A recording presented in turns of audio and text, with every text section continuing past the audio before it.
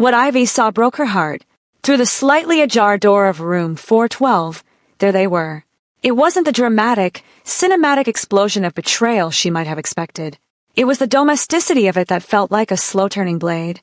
Bora, the woman who had held Ivy's hand at her mother's funeral, was wearing the silk robe Ivy had gifted her for her birthday. Insu, the man who had promised to build a world around Ivy, was laughing. It was a soft, intimate sound, a low vibration of genuine contentment that used to belong only to their private mornings. Through the door, Ivy watched as Insu reached out and tucked a strand of hair behind Bora's ear with a familiarity that suggested this was not a first-time mistake, but a well-worn habit. Ivy stood in the dim, pressurized silence of the hotel hallway, her fingers barely brushing the cold brass of the door handle. She didn't push the door wide. She didn't scream or demand the explanation she knew would be a lie. She stayed in the shadows, a ghost at the feast of her own life, anchored to the spot by a sickening realization. The text message from the unknown number that had led her here at 2 a.m., the cruel, calculated tip-off, had been right. But the detail the message hadn't captured was the most devastating. The door hadn't been left ajar by accident. As Ivy watched, Bora's eyes flicked toward the door. For a split second, their gazes didn't meet, but Ivy saw the small, triumphant curve of Bora's lips. Bora knew she was there. She had left the door open like a trap, wanting Ivy to witness the exact moment her reality disintegrated. She wanted Ivy to see that every secret shared over late-night coffee and every promise Insu had whispered into Ivy's skin had been a currency they used to mock her behind her back. The silence in the hallway felt heavy, like it was filled with the ghosts of the 3 years Ivy had wasted.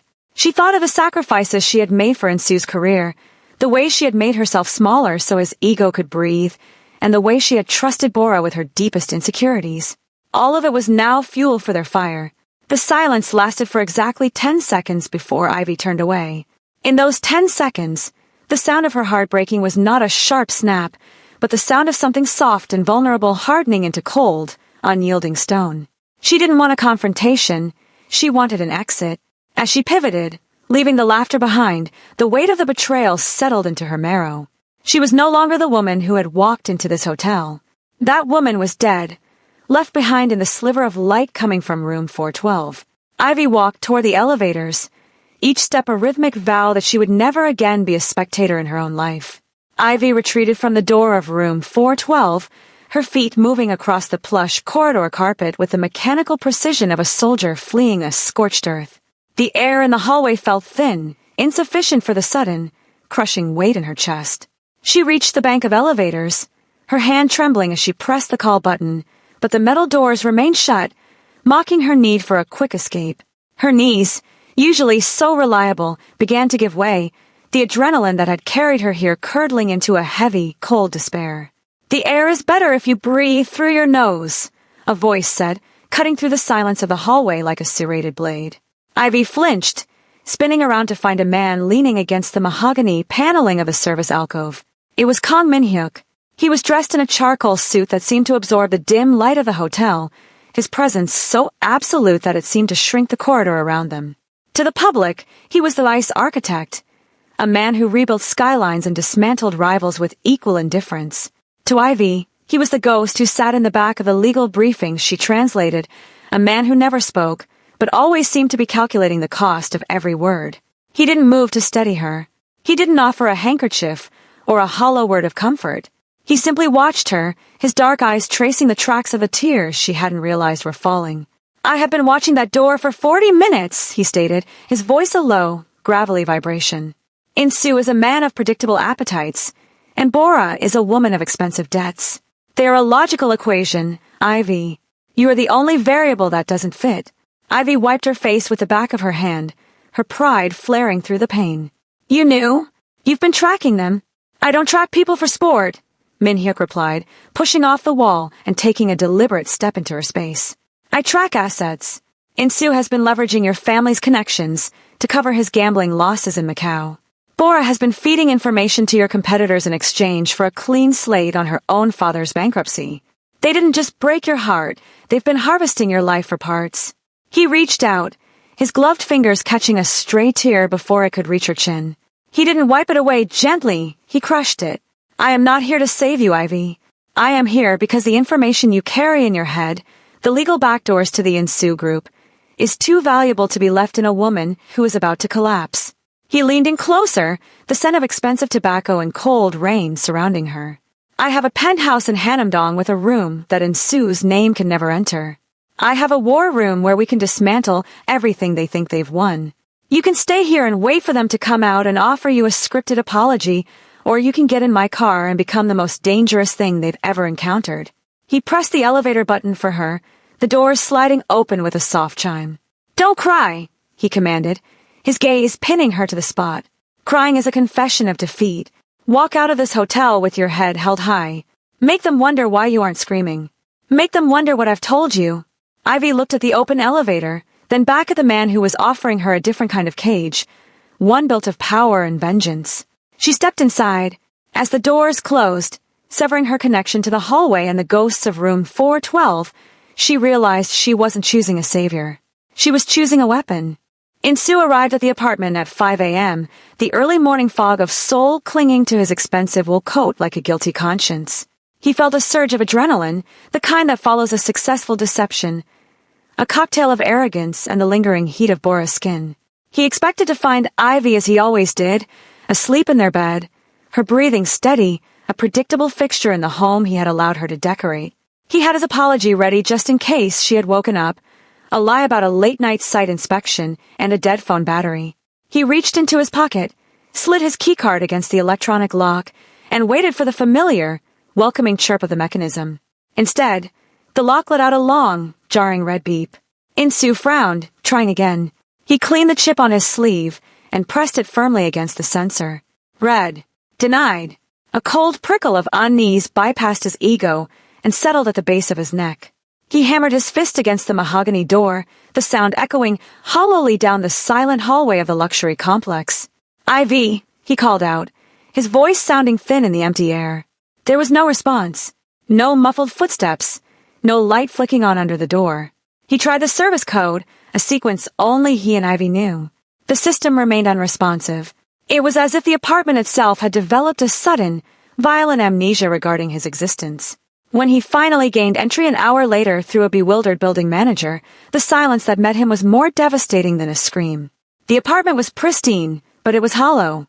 He moved through the rooms with a growing sense of frantic urgency, looking for the debris of a confrontation. He expected to find a scorched note on the kitchen island, a shattered vase, or a suitcase dragged hastily across the floor. But there was nothing. No ink-stained letters. No angry calls lighting up his phone. Just a chilling, absolute absence. He opened the walk-in closet and stopped. Ivy's side was completely bare. She hadn't just left. She had erased herself. Every scent of her perfume, every stray hair on a brush, every piece of jewelry she had ever worn was gone. As he stood in the vacuum she had left behind, Ensue's confidence began its rapid, ugly descent into paranoia. He reached for his laptop to check his personal accounts, his fingers fumbling with the keys. The screen flickered to life, but the login screen was gone. In its place was a simple, blinking cursor and a message from the bank.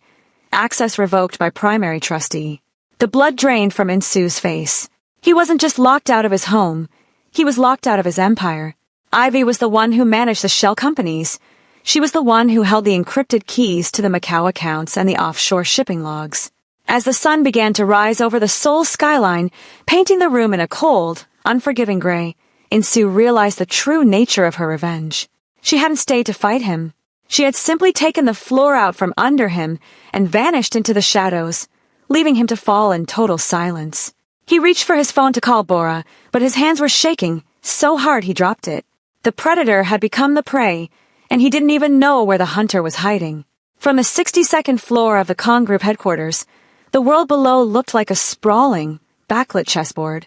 Ivy sat in the dim glow of Min Hyuk's private observation suite, her eyes fixed on a grid of high-definition monitors. On the center screen, Bora was performing. She was standing in front of Ivy's favorite cafe, surrounded by a small circle of their mutual acquaintances, dabbing at her eyes with a lace handkerchief. To anyone watching, she was the picture of the grieving best friend, the anchor of a woman who had mysteriously vanished into the night. She has always been an exceptional actress, Min Hyuk remarked, his voice drifting from the shadows of the room. He walked toward the console and tapped a key, pulling up a secondary feed. It was a grainy, thermal recording from a private club in Gangnam, dated 2 months prior. Ivy watched as the thermal ghost of Bora handed a thick envelope to a man whose face was obscured. It wasn't just about In-soo, Ivy, Min-hyuk continued, his gaze cold. In-soo was the distraction. Bora's loyalty was sold long before he ever entered the picture. Your father's firm was responsible for the bankruptcy of the Choi Logistics empire 20 years ago. Bora isn't just your friend. She is the daughter of the man your family ruined. This isn't a petty affair. This is a generational blood debt. Ivy's breath hitched. The betrayal she had seen in room 412 had felt like a sudden, jagged wound. But this was something different. This was a parasite that had been living beside her for a decade, waiting for the body to weaken. Every shared secret, every hug, every moment of vulnerability had been a data point for a long-term execution. On the monitor, Bora turned away from the crowd, and for a split second, the mask slipped. Alone in the back of her car, Bora let out a sharp, jagged smile that made Ivy's skin crawl. It wasn't the smile of a woman in love. It was the smile of a woman who had finally tasted blood. You have been playing a game of emotions, Min-hyuk said, stepping into the light of the monitors. Bora is playing a game of erasure. If you want to survive her, you have to stop reacting and start architecting. You need the silent strike. He spent the next several hours teaching Ivy the mechanics of a shadow war. It wasn't about shouting or public scenes. It was about the systematic removal of a person's foundation. He showed her how to track Bora's offshore debt cycles and how to leak just enough information to the rival families to make Bora look like a double agent. Ivy watched the monitors, her fingers hovering over the keyboard, learning how to move through the digital world like a ghost. A silent strike doesn't announce itself, Min-hyuk whispered, his hand resting briefly on the back of her chair. It is the moment a person reaches for the floor and finds nothing but air. By the time she realizes you are the one pulling the strings, there will be no one left for her to call. Ivy stared at Bora's smiling face on the screen, her heart no longer breaking, but hardening into a weapon. The training had begun. She wasn't just going to take back her life. She was going to dismantle the woman who had tried to steal it, one silent click at a time. The grand ballroom of the Lotte Hotel was a cathedral of predatory ambition. It was the annual Founders Gala, an event where the hierarchy of Seoul's elite was recalibrated over vintage champagne.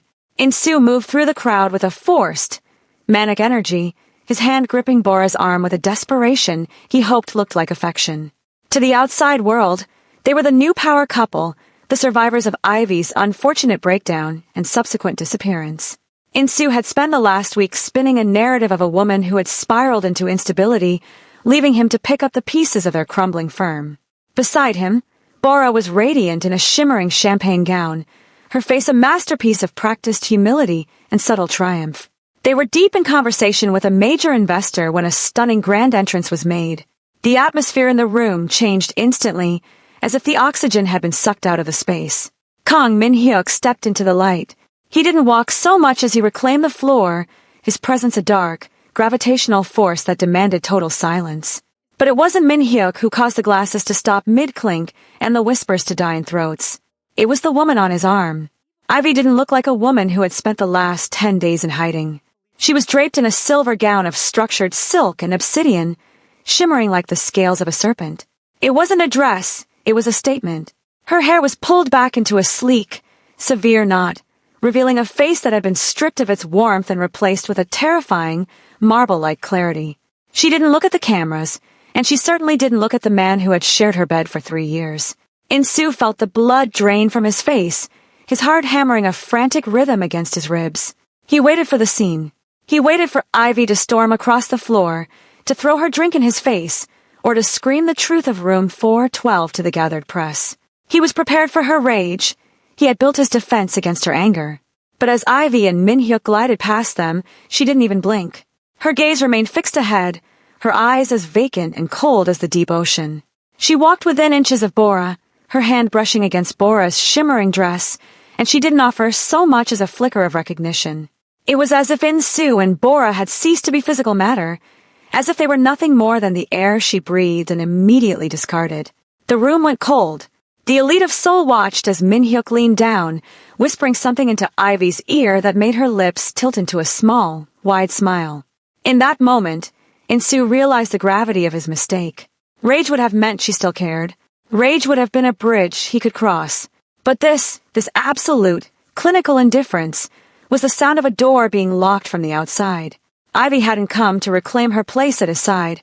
She had come to watch him realize that he no longer existed in her world. Under the bright lights of the gala, Insoo felt a cold sweat break across his brow. The hunt hadn't just begun. He was already in the trap. The air in the hotel's private sculpture garden was brittle with the scent of pine and impending frost. Ivy had stepped away from the suffocating heat of the ballroom, seeking the solace of the shadows, but she wasn't alone for long. The footsteps behind her signaled his approach before he even spoke. Insoo stepped out from behind, his tuxedo slightly disheveled, the mask of confidence he always had slipping to reveal the frantic, sweating man beneath. He didn't lead with an apology. He led with the only weapon he thought he still possessed: their shared history. "Ivy, stop this," he whispered, his voice cracking with a desperate, practiced intimacy. He moved into her personal space, reaching out as if to touch her shoulder, but stopped when he met the wall of her absolute stillness. "This isn't you. This coldness, this dress, this man you're standing with, it's a performance. You're hurting, and I get it. I made a mistake. But don't throw away 3 years for a moment of spite." Ivy didn't move. She didn't recoil from his proximity. She simply turned her head to look at him, her face partially illuminated by the distant glow of the lights. "Aina," he breathed, using the pet name he had reserved for the moments when she was most vulnerable. "Remember the weekend in Jeju? The promises we made under the stars? You can't tell me that meant nothing. You're my anchor. You've always been my anchor. Come home. We can fix the accounts. I can explain, Bora. It was just business that got out of hand. She's nothing to me." Ivy didn't blink. She looked into his eyes, and for the first time since they met, she wasn't looking for a future.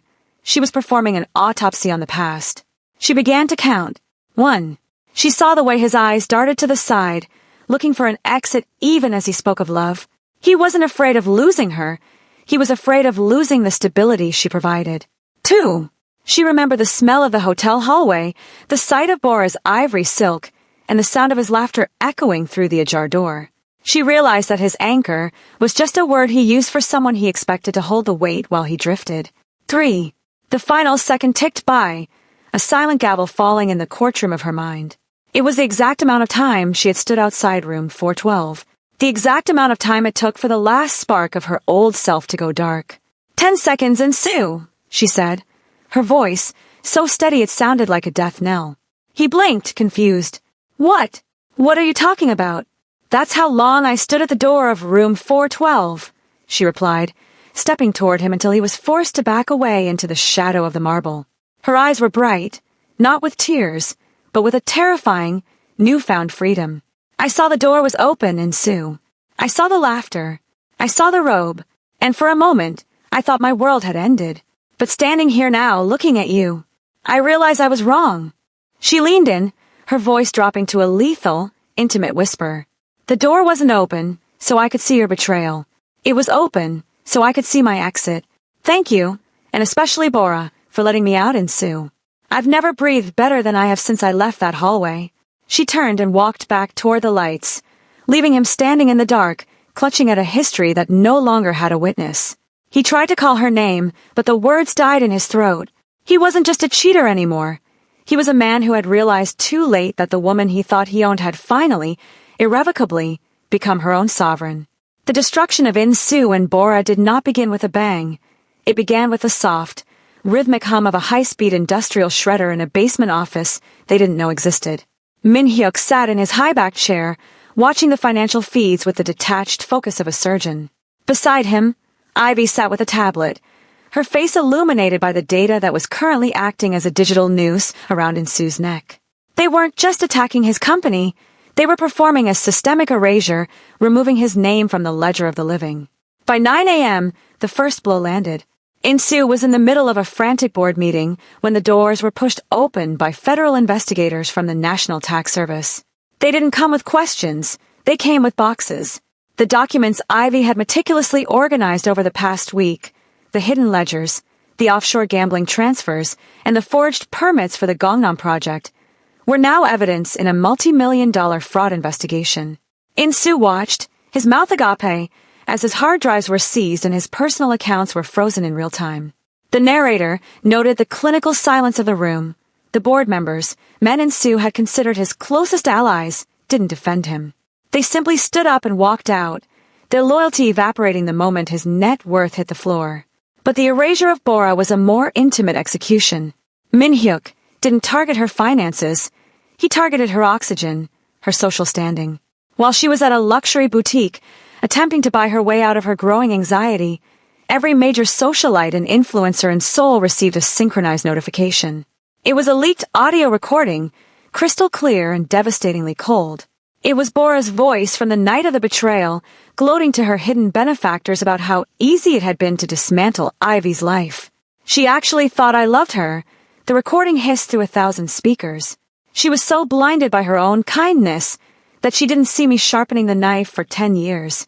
The boutique went silent. The clerk, who had been bowing to Bora moments before, pulled the credit card machine away. The women Bora had lunched with for years looked at her with a collective, frigid disgust. In the digital age, a social death is a permanent one.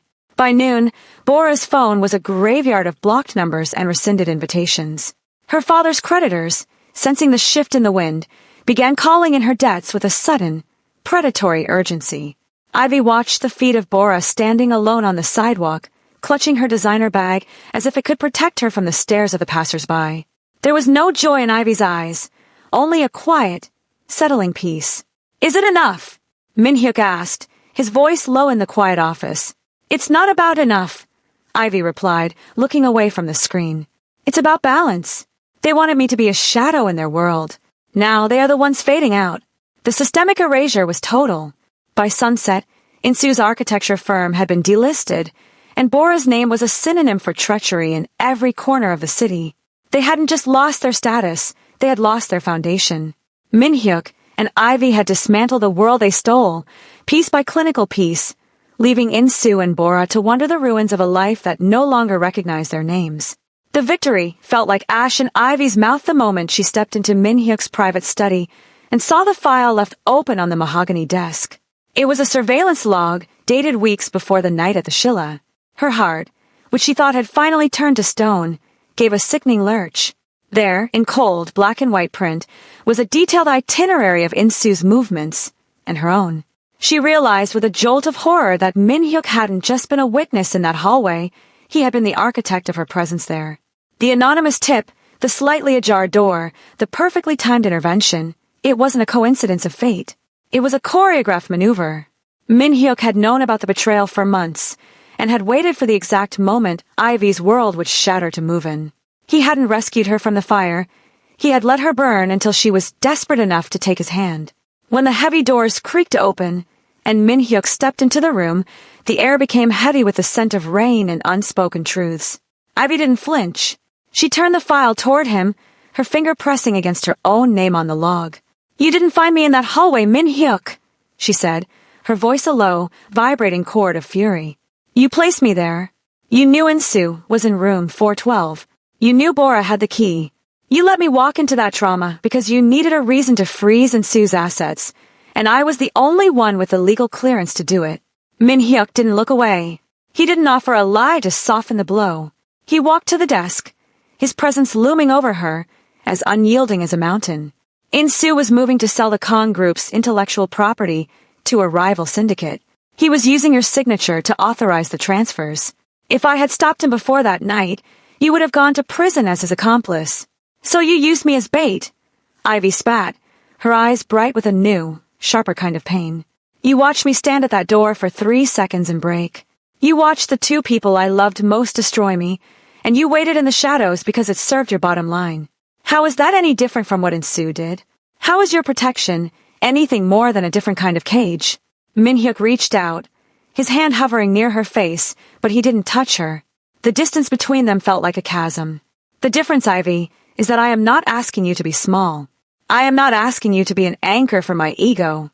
I gave you the tools to destroy them because I wanted you to see what you are capable of when you stop being a victim. You didn't give me tools. Ivy countered, stepping into his space, her gaze pinning him. You gave me your script. You traded my heart for a strategic advantage. You didn't claim me to save me. You claimed me to own the win. The confrontation hung in the air, a high-stakes standoff between power and trust. For the first time, the ice architect looked as though he were standing on shaking ground. The silence was enormous, a vacuum that threatened to pull them both under. Ivy realized then that she had jumped from one man's game into another's, but as she looked at Min-hyuk, she saw something In-soo never had. A flicker of genuine, terrifying respect. He wasn't her savior, and he wasn't her friend. He was the man who had shown her that in his world, trust was a luxury, and power was the only thing that didn't lie.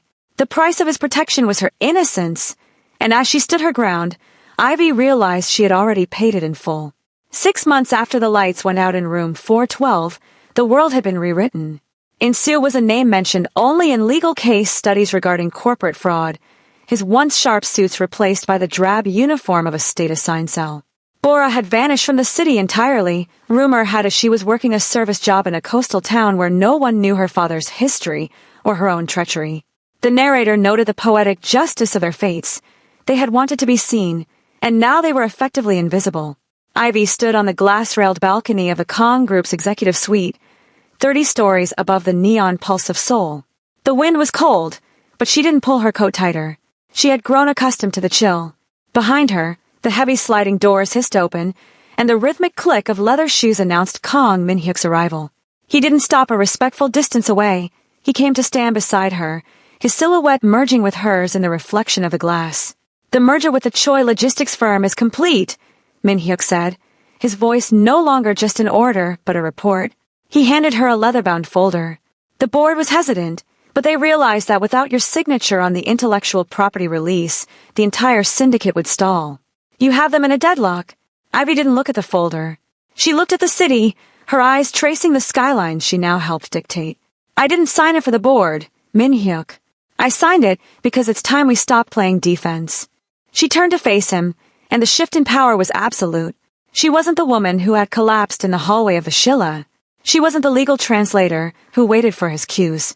She had spent the last few months learning every vulnerability in his architecture, every shadow in his syndicate. She hadn't just used his tools to destroy In-soo. She had used them to master Min-hyuk's world. She wasn't his mistress, and she was no longer his subordinate. She was the one who managed the architect. Min-hyuk watched her, a slow, dangerous smile spreading across his face, the look of a man who had finally met his match and found the experience exhilarating. You've grown quite comfortable in this chair, Ivy.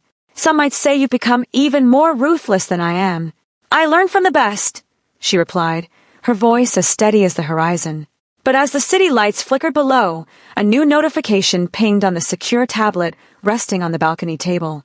It was an encrypted file from an untraceable source. Ivy swiped it open, and her blood went cold for the first time in months. It was a photograph of the hotel hallway from 6 months ago, taken from an angle that neither she nor Min-hyuk's cameras could have reached. Attached was a single line of text. The door wasn't open for you to leave, Ivy. It was open, so we could let someone else in. Ivy looked at Min-hyuk, and for the first time, she saw a flicker of genuine shock in his eyes. The war they thought they had won was merely the opening act. As the screen dimmed, the narrator's voice dropped to a whisper. In-soo and Bora were just the shadows. The real architect of Ashilla was still in the room. Ivy gripped the edge of the railing, her gaze hardening. Min-hyuk, she said quietly. Who else had a key to room 412?